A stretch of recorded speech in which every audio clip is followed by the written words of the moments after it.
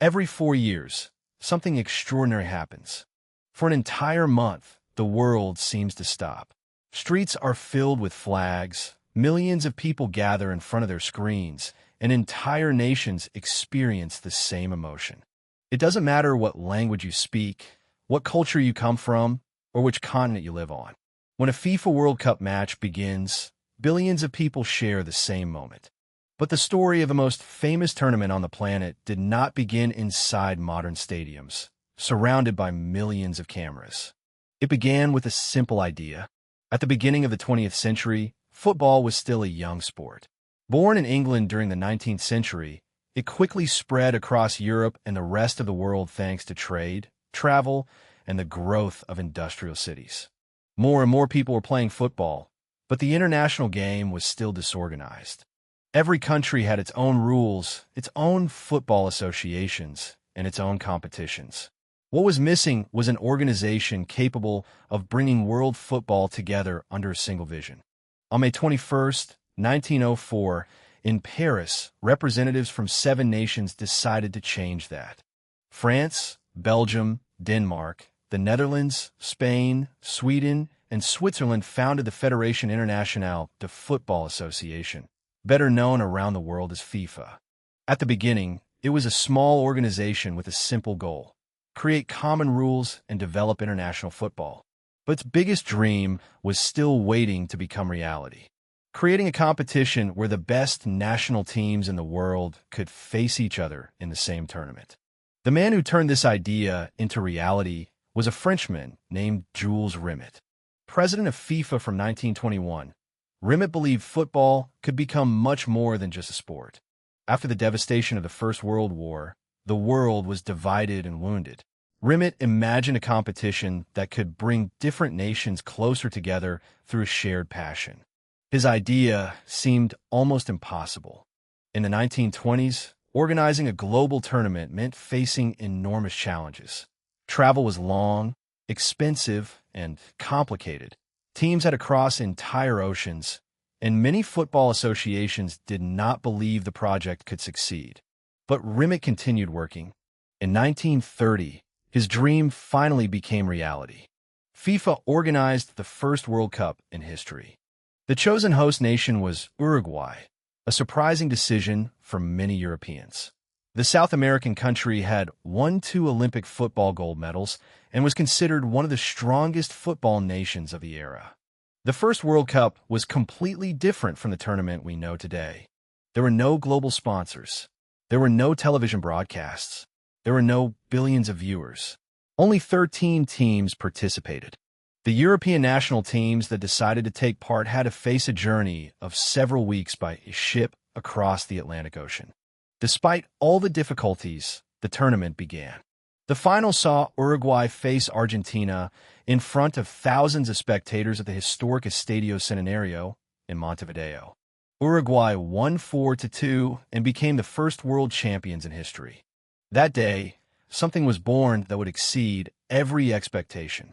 The World Cup had officially begun. In the following years, the tournament continued to grow. In 1934, Italy hosted the second World Cup and won the title in front of its home crowd. 4 years later, in 1938, the Italian national team won again, becoming the first team to win 2 consecutive World Cups.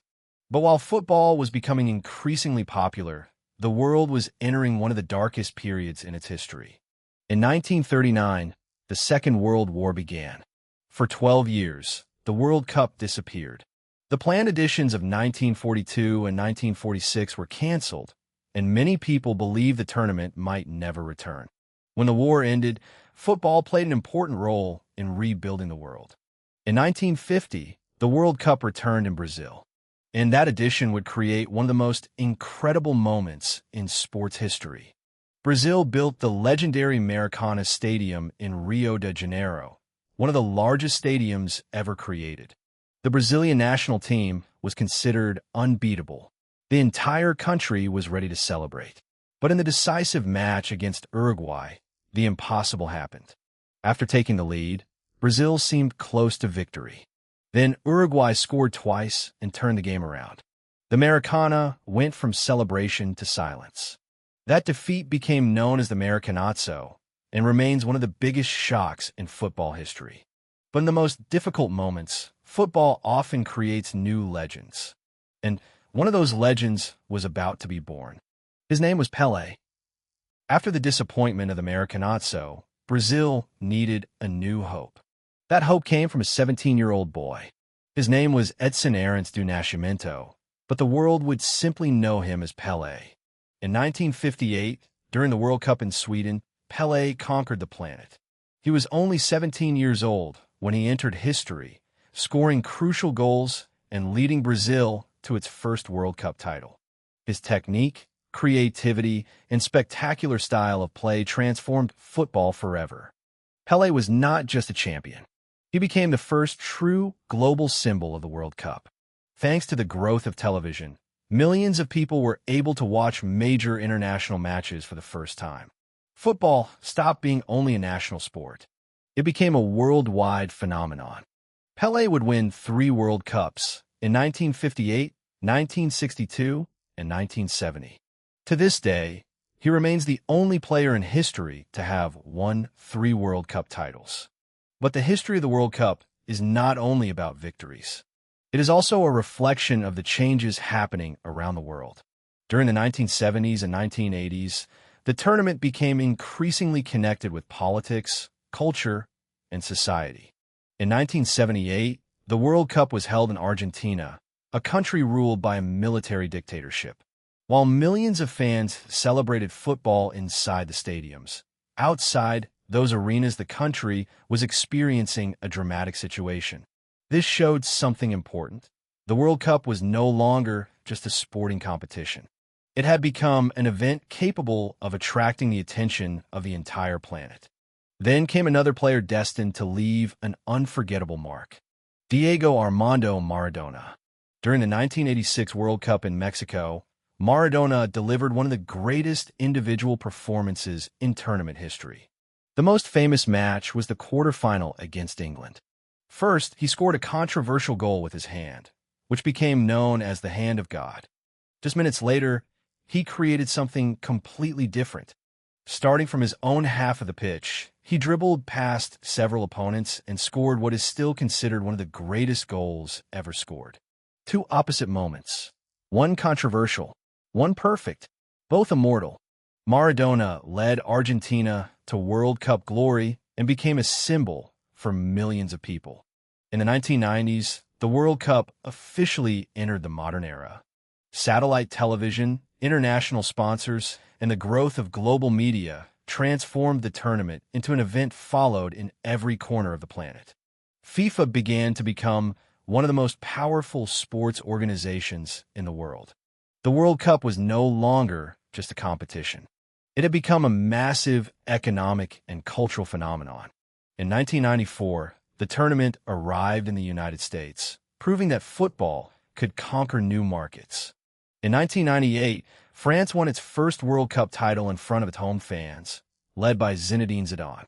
In 2002, the World Cup arrived in Asia for the first time, hosted by South Korea and Japan. Brazil won its 5th title thanks to a generation of stars led by Ronaldo. In the following years, the tournament continued creating new stories. In 2010, South Africa hosted the first World Cup ever held on the African continent. In 2014, Brazil experienced one of the most shocking defeats in football history, when Germany won 7-1 in the semi-final in front of the Brazilian crowd. In 2018, France won its 2nd World Cup title with a young team led by Kylian Mbappé. Then came the 2022 World Cup in Qatar, a historic edition because it was the first tournament organized in the Middle East. But above all, it became the perfect ending to Lionel Messi's career. After years of comparisons with Pelé and Maradona, Messi finally lifted the World Cup trophy. The final against France was one of the most exciting matches ever played. Argentina won on penalties, and Messi achieved the greatest goal that had been missing from his legendary career.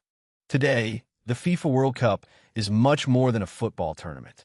It is an event that involves billions of people capable of crossing borders, languages, and cultures. From a small meeting in Paris in 1904 to the massive modern stadiums of today, the history of FIFA tells the evolution of the world's most popular sport.